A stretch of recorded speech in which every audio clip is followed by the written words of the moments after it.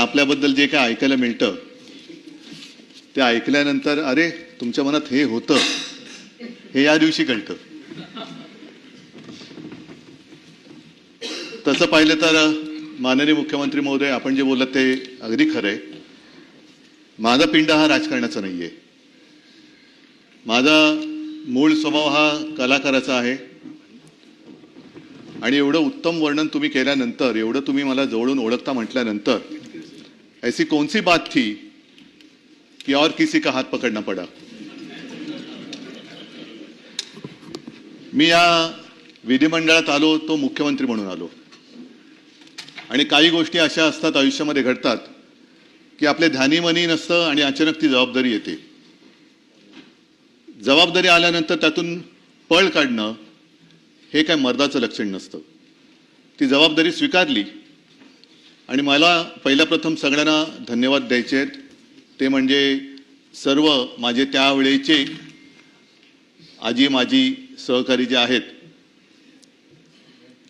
मंत्रिमंडळात होते, त्याच्यानंतर सगळे शासकीय अधिकारी, मुख्य सचिवांपासून इतर सगळे सचिव, त्याच्यानंतर सगळं प्रशासन, मग महसूल खातं असेल, पोलीस असेल, आरोग्य असेल, सर्वच खात्यांच्या सर्व अधिकाऱ्यांना, अगदी आशा, अंगणवाडी सेविका, सरपंच, सर्वच या अधिकाऱ्यांपासून कर्मचाऱ्यांना मी मनापासून धन्यवाद देतो. कारण एक प्रशासनाचा गंधही नसलेला माणूस अचानक राज्याच्या मुख्यमंत्री पदावरती बसतो आणि तो राज्य चालवतोय, ह्या सगळ्यांच्या सहकार्याशिवाय हे शक्य झालं नसतं. मुख्यमंत्री महोदय, आपण स्वतः मला निरोप द्यायला अगत्याने हजर राहिलात, त्याच्याबद्दल मनापासून धन्यवाद देतोय. आणि मला तोही दिवस आठवला आणि त्या दिवसाची आठवण मी तुम्हाला करून देणार आहे. पण काल एकूण जे काही विधिमंडळात घडलं ते बघितल्यानंतर तो दिवस मला का आठवलं ते सांगतो. कारण आपणच म्हणाला होतात ज्ञानेश्वरांचं भारूड, काट्याच्या आणीवर वसली 3 गावे, 2 ओसाड 1 वसेची ना. आता त्या गावची पाटीलकी आपल्याकडे. आता ते आणीवरची 3 गावामध्ये एक गाव आणीवर गेलेलं आहे. बाकी गावांचं काय झालं हे त्या गावकऱ्यांना माहिती आहे. आणि साहजिकच आहे, ज्ञानेश्वरांची आठवण आल्यानंतर एक गोष्ट आवर्जून सांगावीशी वाटते की ज्ञानेश्वर महाराज कोणत्या शतकात होऊन गेले, 12व्या-13व्या. त्यावेळेला ज्ञानेश्वरांनी रेड्याकडनं वेद म्हणून घेतले होते. आता त्यापासून आतापर्यंत आपण या शतकात आल्यानंतर स्वार्थासाठी रेडे कापले जातात. हा कोणता महाराष्ट्र कोणत्या दिशेने चाललेला आहे. आणि आपलं स्टेटमेंट मी कालच्या सभागृहातलं काळजीपूर्वक ऐकलं. नाशिकच्या बाबत जे आपण एक भूमिका घेतली त्याच्याबद्दल मी आपल्याला धन्यवाद देतोय. आणि हे धन्यवाद देत असताना काल आपले एक सिने कलावंत आहेत अतुल कुलकर्णी, त्यांचं एक चांगलं वक्तव्य आहे की जे पकडले जातात ते भोंदू, पण जे पकडले जात नाहीत त्या महाराजांचं काय करायचं. मला असं वाटतं आपण सगळे एकत्र मिळून एक भूमिका घ्यायला पाहिजे. आणि सगळ्या राजकारण्यांनी जर ठरवलं तर बुवा शक्तीपेक्षा युवा शक्तीला जास्त आपण ताकद दिली पाहिजे. कारण या देशामध्ये बुवा चमत्कार नाही करू शकत, युवा चमत्कार करू शकतात.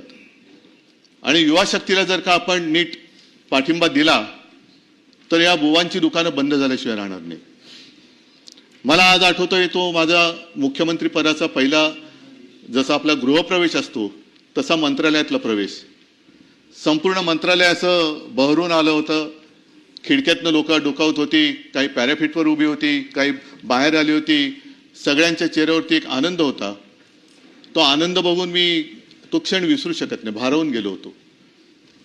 त्याच्यानंतर दिवस पटपट निघून गेले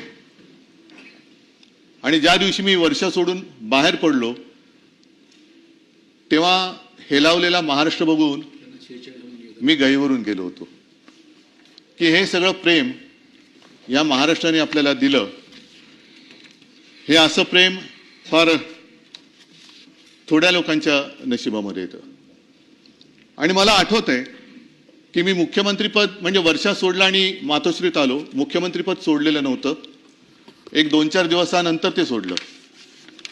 आणि त्या काळामध्ये साहजिकच आहे, घरी बसून म्हणजे मातोश्रीत बसून मी कारभार करत होतो. अनेक मंत्री सुद्धा घरीच येत होते, घरीच बस, त्याच घरातून त्यांना पदं दिली होती, ते घरी बसूनच दिली होती. पण काही अधिकारी माझ्यासोबत नेहमी यायचे 2-4 दिवस, कारण सरकारी काम थांबू शकत नव्हतो. सगळी कामं झाल्यानंतर एका अधिकाऱ्याने मला विचारलं सहज, कारण जसं नेहमी बोलतो तसं मी बोलत होतो, हसत खेळत त्यांच्याबरोबर चर्चा करत होतो. आणि ते बघितल्यानंतर एका अधिकाऱ्याने मला विचारलं, सर एक विचारू का? म्हटलं विचारा. काय? सर तुम्ही मुख्यमंत्री पदाची शपथ घेताना जसे होतात तसेच आज सुद्धा आहात, हे कसं काय? माझ्या मनात पटकन आलं. मी म्हटलं काय की जे आपलं नसतं ते स्वीकारण्यात आनंद होण्याची गरज नसते, आवश्यकता नसते. आणि जे आपलं नसतं ते सोडण्यामध्ये दुःख होण्याची तरी काय गरज आहे? त्याच्यामुळे जसं मुख्यमंत्रीपद अचानक आलं तसं मुख्यमंत्रीपद गेलं. मी माझ्या घरी आलो. त्याच्यामुळे माझं घर आणि त्या घरातला आनंद हा सगळ्यात महत्वाचा, हा मला वाटतं प्रत्येकासाठी असतो. योगायोग आणखीन एका गोष्टीचा आहे की आज 24 मार्च. 24 मार्च म्हणजे आपल्या 6 वर्षापूर्वी माननीय पंतप्रधानांनी देशभरामध्ये अचानक लॉकडाऊन जाहीर केला होता. त्याचा आजचा 6वा काय स्मृती दिन म्हणा किंवा काही म्हणा. म्हणजे जिथपासून माझं काम खरं सुरू झालं त्या दिवशी मी सभागृहाचा निरोप घेतोय. आणि या सगळा तो जो काय कालखंड होता तो फार विचित्र होता. योगायोग मी म्हटलं तर आणखीन एका गोष्टीचा आहे, कारण माझ्या मंत्रिमंडळाच्या पहिल्या बैठकीत पहिला निर्णय जर का कोणता घेतला गेला असेल तर रायगडाला निधी देण्याचा निर्णय हा माझ्या मंत्रिमंडळातला पहिला निर्णय होता. आणि मंत्रिमंडळातला शेवटचा निर्णय होता तो औरंगाबादचं नामांतर करणं आणि त्याला छत्रपती संभाजीनगर करणं. संभाजीनगर जे शिवसेना प्रमुख म्हणायचे की औरंगाबाद नाही संभाजीनगर आहे, तर ते नामांतर करून माझी कारकीर्द संपली. पण ह्या मधल्या 2.5 वर्षामध्ये जो काही कालखंड होता तो फार भयानक होता. संकटामागून संकट येत होती. कोरोनासारखं भयानक संकट जे कोणाच्याही आयुष्यात कधी येऊ नये अशी साथ जर का आपण इतिहासात डोकवलं तर 100 वर्षापूर्वी आली होती. आणि त्यावेळेला असं म्हणतात स्पॅनिश फ्लू, त्यावेळेला असं म्हणतात की पहिलं महायुद्ध संपल्यानंतर त्या महायुद्धात वाचलेले सैनिक जे घरी गेले ते युद्धात नाही गेले पण त्या साथीमध्ये गेले. त्याही वेळेला त्याचा काही अंदाज कोणाला आला नव्हता आणि याही वेळेला कोणाला अजून अंदाज आलेला नाही. आरोग्य व्यवस्था वाढवायची कशी? आणि त्याही बाबतीत मला एका गोष्टीचं समाधान आहे की सर्व सहकार्यांनी मंत्रिमंडळातल्या सुद्धा आणि सर्व सरकारी जी काही यंत्रणा आहे त्यांनी सहकार्य केलं. एक टास्क फोर्सची आपण निर्मिती केली. कदाचित देशामध्ये आपलं राज्य पहिलं असेल की त्यांनी कोरोनासाठी टास्क फोर्सची निर्मिती केली. पेशंटचे बेड, रुग्णशय्या वाढवल्या आपण, जवळपास 3.5 लाखाच्या वरती नेल्या होत्या. आता 6 वर्षापूर्वी ऑक्सिजन सिलेंडरची कमी होती आणि 6 वर्षानंतर आज गॅस सिलेंडरची कमी आहे. हा पण एक विचित्र योगायोग आहे.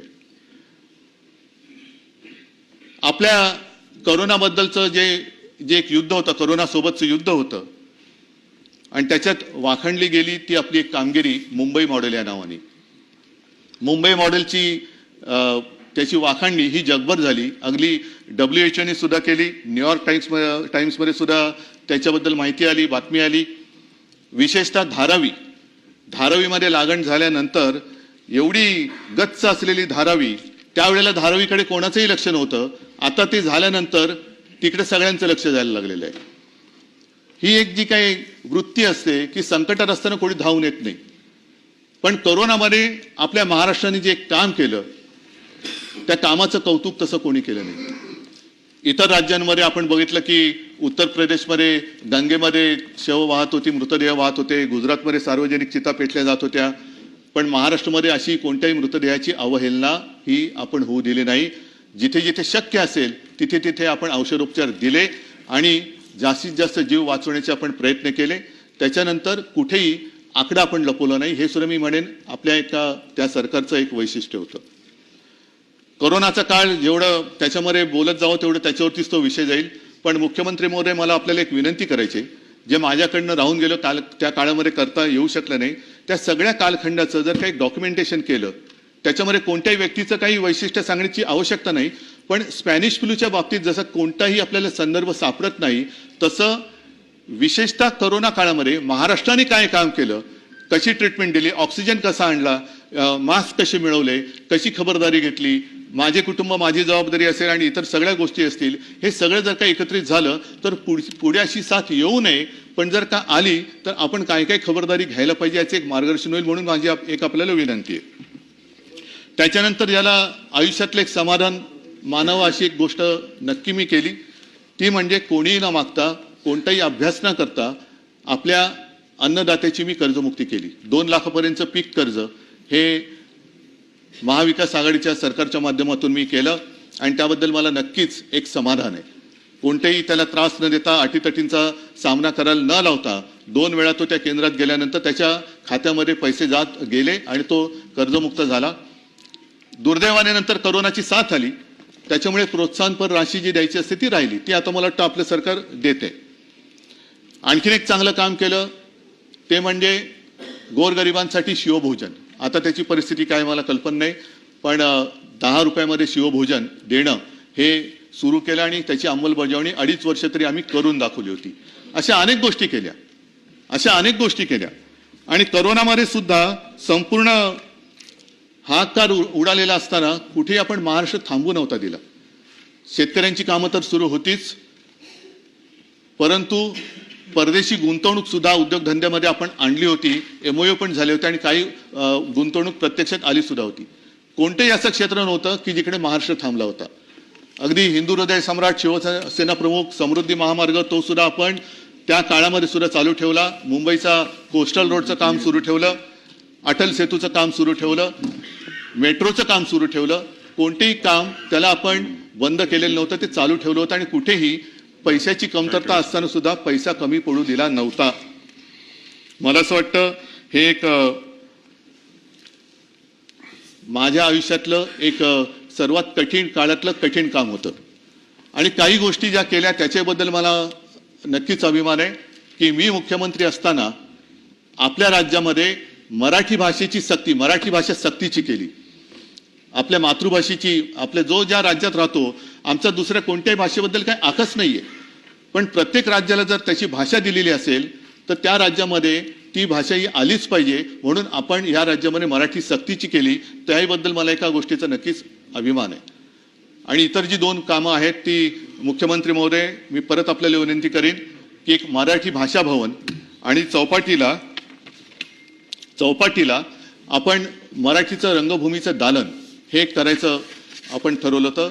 ते एक त्याच्याबद्दल सुद्धा आपण जर का काही केलं. आणि वरळी डेअरी आहे तिकडे जागतिक दर्जाचं एक पर्यटन केंद्र, मुंबईच्या पूर्व किनाऱ्याला सुद्धा एक पर्यटन केंद्र, अशी अनेक गोष्टी आम्ही त्यावेळेला केल्या. आणि साहजिकच आहे की ही कामं करत असताना शेवटी पैशाची चणचण, पैसा कमी पडता कामा नये, त्याचा जमा खर्च हा कसा करायचा हे एक फार मोठं काम असतं. आणि तिथे आता माननीय उपमुख्यमंत्री जी आपण जे बोललात, अजितदादा यांनी खंबीर साथ मला दिली. त्याच्यामुळे त्यांचं सहकार्य हे मी कधीच विसरू शकत नाही. आणि तो जो स्नेह आमचा वाढला तो त्यामुळेच वाढला कारण चांगल्या कामाला कधीच अजितदादांनी, म्हणजे तेव्हा काही जण तक्रार करत होते की अजितदादा आम्हाला पैसे देत नाहीत, आम्हाला निधी देत नाहीत, परंतु माझ्या आठवणीत तरी अशी कोणतीही गोष्ट नव्हती की एखादं चांगलं काम आहे आणि त्याला दादांनी आडकाठी केलेली, असं कोणतंच काम नव्हतं. त्याच्यामुळे मला खास त्यांची आज आठवण तर येते, कारण या सगळा जो काही कालखंड आहे त्याच्यात ते एक मजबूत खांबासारखे माझ्यासोबत उभे राहिले आणि इतरही माझे सगळे मंत्री त्यावेळेला सोबत उभे राहिले. त्याच्यामुळे त्यांना सुद्धा मी धन्यवाद देतोय. आता साहजिकच आहे की या विधान परिषदेचं जे काही महत्व आहे, तेव्हा विधान परिषदेच्या महत्वाबद्दल मी मुद्दामून का सांगतोय, कारण हे सभागृह हे वरिष्ठ सभागृह, वरिष्ठांचं म्हणजे त्याला जर का विधानसभेमध्ये एखादी गोष्ट घाई गडबडीमध्ये मंजूर झाली तर त्याचा पुनर्विचार करण्यासाठी हे सभागृह निर्माण करण्यात आलेलं आहे. आणि या सभागृहामध्ये साधारणतः कोण येतं तर विविध क्षेत्रातले जे सामाजिक, आता आपण ज्यांचा उल्लेख केला आजही आहेत, नाही अशातला भाग नाही, पण याच्यामध्ये साहित्यिक आहेत, विचारवंत आले पाहिजेत, शिक्षक मतदारसंघातून येतात, त्याच्यानंतर काही समाजसेवक आहेत, विविध क्षेत्रातले जे मान्यवर आहेत की ज्यांच्याकडनं काहीतरी विचार आपण घ्यावेत आणि आपल्या कारभारात सुधारणा करावी, असे विचारवंत हे मग नामनिर्देशित असतील किंवा त्यांच्या वेगवेगळ्या मतदारसंघातल्या निवडणुकांमधनं असतील, हे या सभागृहात अपेक्षित असतात. आणि या सभागृहामध्ये ठीक आहे, आज आम्हाला निरोप देत आहेत, प्रत्येकजण इकडे येतो आणि काही ना काहीतरी देऊन जातो. आम्ही काय दिलं हे आम्ही काय सांगण्यासारखी गोष्ट नाही. ते जर काय दिलं असेल तर काही असेल ते असेल. पण यापूर्वी जे सदस्य या सभागृहात येऊन गेले आणि त्यांनी ज्या काही गोष्टी इकडे दिलेल्या आहेत, माझी आपल्याला विनंती आहे की मी एकूण जे काही मधल्या काळामध्ये सगळा कारभार बघतोय, याही सभागृहाचा, खालच्याही सभागृहाचा, सदस्य जे निवृत्त होत आहेत त्यांना पण निरोप जरूर द्यायला पाहिजे, कारण त्यांची तेवढी टर्मच असते. पण आजपर्यंत ज्या दिग्गजांनी जे आपल्याला संस्कार दिलेत आणि परंपरा दिले, त्याला मात्र या सदस्यांनी, जसं हे सभागृह कधी विसर्जित होत नाही, तसंच त्यांनी दिलेले संस्कार आणि परंपरा याला सुद्धा आपण कधी निरोप देता कामा नये, ह्याची खबरदारी आपण सगळ्यांनी घ्यायला पाहिजे. आणि या सभागृहामध्ये जर का थोडीशी जुनी नामावली काढली तर अगदी सुरुवातीपासून पद्मभूषण शकुंतला परांजपे, रँगलर परांजपे यांच्या कन्या, ज्यांनी स्त्री महिला क्षेत्रामध्ये फार महत्त्वाचं काम केलं, विशेषतः कुटुंब नियोजन असेल आणि महिला शिक्षण असेल, याच्यावरती त्यांचं योगदान हे फार महत्त्वाचं आहे. म्हणजे त्यांनी एकूण महिला हक्क, कुटुंब नियोजन, शिक्षण, आरोग्य याच्यावरती त्यांनी सुद्धा प्रभावी भाषणं आणि काही लोकसंख्या नियंत्रणाला त्या धोरणाला आकार देण्याचं काम त्यांनी केलं. त्याच्यानंतर असे अनेक जण आहेत. विस पागे हे सुद्धा सभापती होते आणि त्यांनी रोजगार हमी योजनेचे ते जनक, त्यांनी सुद्धा ती योजना दिली. म्हणजे असं कोणी, सगळेजण काही ना काहीतरी आपल्याकडे देऊन गेलेले आहेत. स्वातंत्र्य सैनिक होते ते आणि या परिषदेचे पहिले दीर्घकाळ राहिलेले ते सभापती होते. त्याच्यानंतर एक थोडंसं वेगळं उदाहरण मी आपल्याला देणार आहे, ते म्हणजे विठ्ठलराव हंडे, विरोधी पक्ष नेते होते, शेतकरी कामगार पक्षाचे. आणि इगतपुरीचा प्रसिद्ध जो लढा होता तांदळाचा, कारण हा वाद जुना आहे, त्यावेळेला ते राज्याची एक मांडणी होती, त्याच्यामध्ये गुजरातला शेतकऱ्याच्या तांदळाला जास्त भाव मिळतोय आणि माझ्या महाराष्ट्रातल्या तांदळाला कमी भाव मिळतोय, म्हणून विठ्ठलरावनी लढा उभा केला होता. आणि ते विठ्ठलराव या सभागृहाचे विरोधी पक्ष नेते होते. मी विठ्ठलरावांची आठवण का काढतोय, कारण विठ्ठलरावांकडे सुद्धा पुरेशी सदस्य संख्या नव्हती. आपण रेकॉर्ड जर का माझं मी बोलत असेल तर मला बरोबर करा, आणि जर बरोबर बोलत असेल तर त्यावेळेला जसं झालं होतं तसं कृपा करून करा. कारण त्यावेळेला सदस्य नसताना सुद्धा विठ्ठलराव हंडेंना विरोधी पक्षनेता केलं गेलं होतं. मी परत आपल्याला विनंती करतोय, माझी माहिती चुकीची असेल तर रेकॉर्डवरनं काढा, आणि जर बरोबर असेल तर कृपा करून त्यावेळेला केलं तसं यावेळेला करा, अशी मी तुम्हाला विनंती करतोय. नंतर शिवसेनेकडनं सुद्धा खूप दिग्गज इकडे येऊन गेले. अगदी माजी मुख्यमंत्री, माजी लोकसभेचे अध्यक्ष पद्मभूषण मनोहर जोशी, सुधीर भाऊ जोशी, दत्ताजी साळवी, दिवाकर रावते, सुभाष देसाई, अरविंद सावंत, विनायक राऊत, विलास अवसट, विलास पोतनीस, रवींद्र मिर्लेकर, अगदी कवी शांताराम नांदगावकर सुद्धा आम्ही या सभागृहात पाठवले होते. प्रमोद नवलकर बोलला ना, प्रमोद नवलकर, हे सगळेजण आपापल्या परीने काही ना काहीतरी इकडे देऊन गेलेले आहेत. आणि ह्या सगळ्या कालखंडामध्ये जे इतर, म्हणजे काँग्रेसकडनं सुद्धा काही चांगले सदस्य आले, काही भारतीय जनता पक्षाकडनं आले, पण त्याच्यामध्ये गदी माडगुळकर होते. त्याच्यानंतर रानकवी हाच त्यांना ती उपाधी लावतो, ते नादो महानोर होते, रासू गवई होते, रामदास फुटाणे होते, लक्ष्मण माने होते, जयंतराव टिळक होते. हे सगळे इकडे, ही सगळी दिग्गज लोक, आणि त्या दिग्गजांच्या समोर आपण खरंच ती जी काय प्रतिष्ठा, ती जी काय परंपरा आहे, ती या सभागृहाची राखली आहे का, हा सुद्धा प्रश्न आपण सगळ्यांनी जर का मनाला विचारला तर त्याचं उत्तर काय मिळते हे लगेच कळेल. या निमित्ताने मला गदी माडगुळकर आहेत, नादो महानोर आहेत, यांच्या एक दोन कविता, ह्या दोन दोन ओळी मी वाचतो, त्या वाचल्याशिवाय मला राहवत नाहीये. गदी माडगुळकर म्हटल्यानंतर त्यांचं एक गाणं प्रसिद्ध आहे. आता आज तर उद्धव ठाकरेंना निरोप देत आहेत, पण त्यांचं एक गाणं आहे, पण तो उद्धव वेगळा होता. पण त्यांनी त्यावेळेला केलेल्या सरकारचं वर्णन आजच्या सरकारला लागू पडतंय का? आता त्याच्यात त्यांनी म्हटलंय, उद्धवा अजब तुझे सरकार. उद्धवाचं सरकार तर पाडलं, आता तर देवेंद्रजी आपण बसले, त्याच्यामुळे देवेंद्र असं म्हणायचं की काय. आणि त्याच्या पुढे त्यांनी म्हटले, लहरी राजा प्रजा आंधळी अधांतरी दरबार अजब तुझे सरकार. आता गाळलेल्या जागा भरा, कोणाचं सरकार असेल त्यांचं नाव त्याच्यात टाका आणि पुढची कविता म्हणा. लबाड जोडती इमले माड्या गुणवंतांना मात्र झोपड्या, पतिव्रतेच्या गळ्यात धोंडा वेश्येला मणिहार अजब तुझे सरकार. हे पूर्ण कविता आहे, पाय असेल तर आपल्याला पाठवून देतो.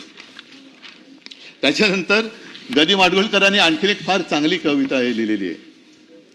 हे राष्ट्रदेवतांचे, हे राष्ट्रदेवतांचे, हे राष्ट्र प्रेषितांचे आज चंद्र सूर्य नांदो स्वातंत्र्य भारताचे. जे सगळ्यात महत्वाचं आहे, जे आज लोकांच्या मनात शंका आहे की आपलं स्वातंत्र्य राहणार आहे की जाणार आहे, त्याच्याबद्दल हे त्यावेळेला गदी माडगुळकरांनी लिहिलेलं आहे. ते सुद्धा पाहिजे असेल तर म्हणजे हे त्यात मिळतंय, पण पाहिजे आपल्याला मी पाठवून देतो. नंतर रानकवी नादो महानोर यांनी एक चांगलं लिहिलेलं आहे. खरं त्यांचं ते अरे अजून एक काय होतं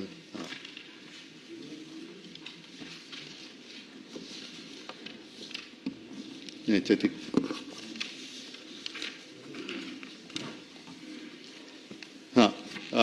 नाही, त्यांचं खरं म्हणजे निसर्गाशी हितगुज साधणारा कवी. पण त्यांनी सुद्धा एक महाराष्ट्र दिनाच्या वेळेला चांगली कविता एक त्यांनी लिहिलेली आहे. महाराष्ट्र धर्म जागो वा शूरवीर सच्चे, हे राष्ट्र बांधण्याला आधार माणसांचे. हे थोर ग्रंथ ज्यांचे आयुष्य वाचताना, त्यांचे विचार गोष्टी हे राज्य बांधताना. म्हणजे राज्याबद्दल त्यांनी जे विचार व्यक्त केलेले आहेत, आदर्श राज्य व्हावे आदर्श माणसांचे, चारित्र्यशील वाढो या थोर संस्कृतीचे. रयतेस आपले ना वाटे न कोणी वाली, कवळून घ्या तयाना विश्वास पांघरुनी. अश्रुष दुर्बलांच्या हे राज्य हो सुखाचे, जोडा सवंगडी जे प्राणापरी जीवाचे. त्याच्यामुळे आता आम्ही तर चाललो आहोत बाहेर. मुख्यमंत्री महोदय, आपण आणि आपले सगळी 3 गावं यांची ही जबाबदारी आहे.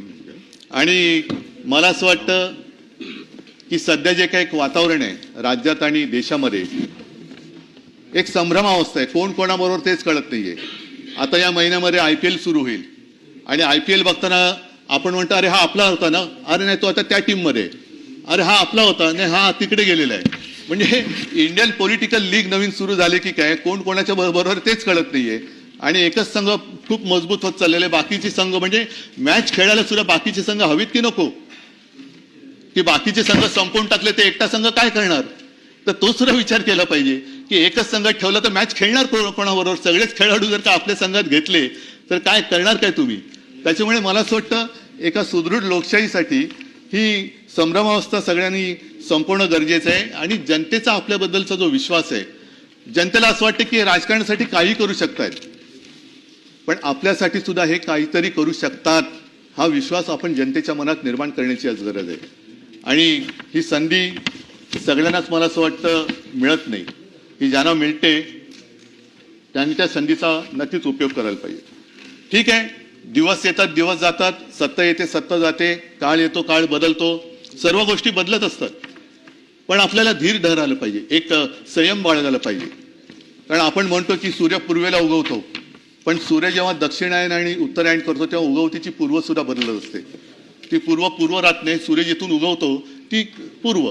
आणि हे सगळं बदलत असताना आपण ठरवायला पाहिजे की आपण प्रवाहाबरोबर वाहत जायचं, लाटेबरोबर वाहत जायचं, की ठामपणाने थांबून प्रवाह योग्य दिशेने वळवायचं. हे ज्याचं त्यांनी ठरवणं हे आवश्यक असतं.